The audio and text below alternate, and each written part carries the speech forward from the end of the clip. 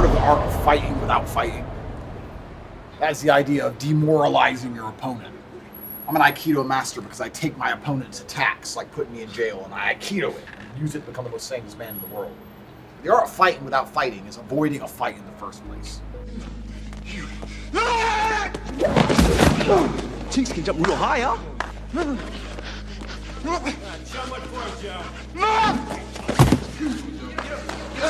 I'll kill you, bastard! I'm no bastard. I'm Bruce Lee.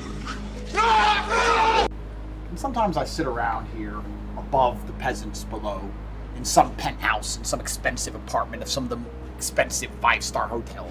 And I look down at all these people and I wonder, do these people truly believe they can even escape? Do they want to escape? See, the Matrix has different ways of controlling you. The first thing it does is it come along and it tells you, rich people aren't happy. Money isn't happiness. Don't try and get rich. That won't make you happy.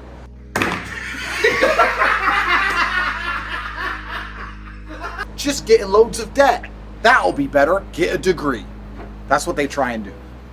First, they try and convince you that you don't want to escape. So you say to the fish when he's in the fishbowl, it's nice in the fishbowl. What do you want to leave the fishbowl for? It's great in here. But is that because they love the fish, or is that because they're in charge of the fishbowl? For those who are perhaps too intelligent to fall for that garbage, then what they try and do is convince you can't do it. They demoralize you. They come along and say, well, not everyone can be rich like Top G. Not everyone can be a billionaire. Look at the statistics. Look where you're from. Look at your skin color. Look at your socioeconomic background. Look at that idiot beeping his horn. Some garbage reason for why you can't get out. Why you can't escape. They demoralize you. And I sit here and I wonder, as I look at the peasants below, a large proportion of them don't want to escape. Well, I don't want to be rich. I just want more time to relax. Losers, slaves. Enjoy the oncoming enslavement which is going to be bestowed upon your bloodline because you are a fuck up and you deserve it. Then you have the others who want to escape but they don't believe it's possible because they've been demoralized. They have fallen for a different type of psyop. And I wonder, if I were to ask you, do you actually, truly believe in your heart that you can escape the Matrix? Do you believe you can do what I have done? Do you believe you can make $1 million a week and buy a new car every week and get arrested and become more famous and doesn't matter and come out and have all these famous friends and travel the world and all these women can adore you? Do you actually believe in yourself, or have you been demoralized? Self-belief is something that is purported and pushed. It's something that is advertised by a bunch of people. You got to believe in yourself. You have to understand, you don't have to believe in yourself for all the hippie garbage reasons they're giving you. You have to believe in yourself because every single time you're going to want to do something which is exceptional, you're going to have to suffer. And the only way you can suffer is if you believe you will reach it to the other side. You believe it will work in the end. If I set you on fire and I tell you that eventually, in 15 seconds or so, I'll put out the fire, and you believe me, you'll be able to sit there engulfed in the flames of poverty, and you'll be able to meditate and use your mind to resist dying because you believe it's coming to an end. If you don't believe I'm ever going to put the fire out, you're done. In fact, you're toast. And the reason for that is because you cannot endure the pain required because you don't ever believe you're going to get to the destination you are hoping for. To get to the end, you have to believe in yourself because you're going to suffer and it's going to hurt. And the only way you're going to get there is if you truly believe you're going to make it. So when I ask you, do you believe you can escape the Matrix? Do you know what you want? Do you believe you can achieve your dream life and not be like all of these other idiots down below who don't want to escape or don't think they can escape or think it's too hard or think it's too difficult? Do you truly believe you are that guy? Because not all of you are going to make it. But the ones that do make it are going to be the ones who believe they can make it. I always knew I was going to make it. I knew I couldn't be like all of these brokies. I couldn't do it. Couldn't be a brokey. Couldn't be a wagey. Couldn't be a worky. No, sir. I knew I deserved better. There had to be a way out, and I found it. You have to believe in yourself. Now, we're going to go a step further, because I don't want to sound like any of these hippie self-help guru idiots. When I say believe in yourself, I don't mean sit around on your ass, jerking off, believing in yourself. Because that is just a fast track to nowhere. I want you to believe in yourself because you have built a self-image which is ruthlessly created via difficult experiences you have deliberately undertaken.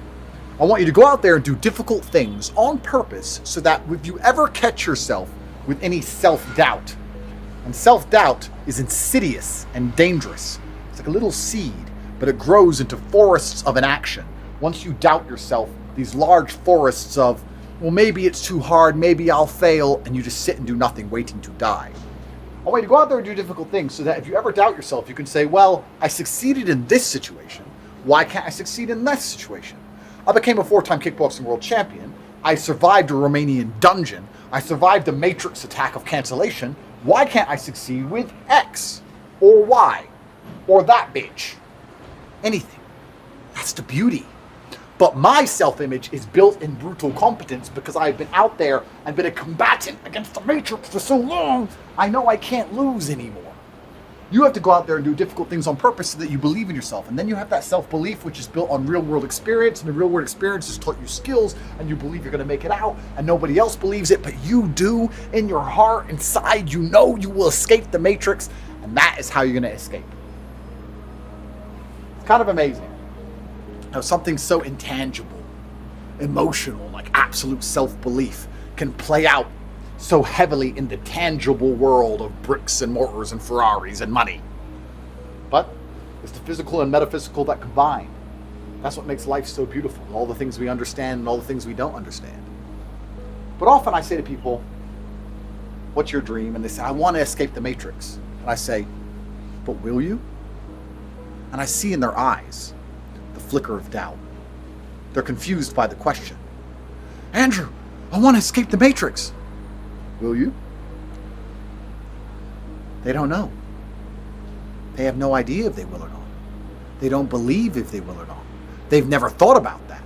It's easy to think about what you want. It's difficult to think about what you're actually going to have and do, because then you are accountable for that. Now you have to take action.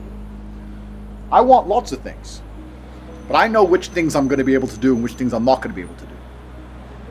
So please understand the Matrix operates on different levels. They convince you to not try and escape.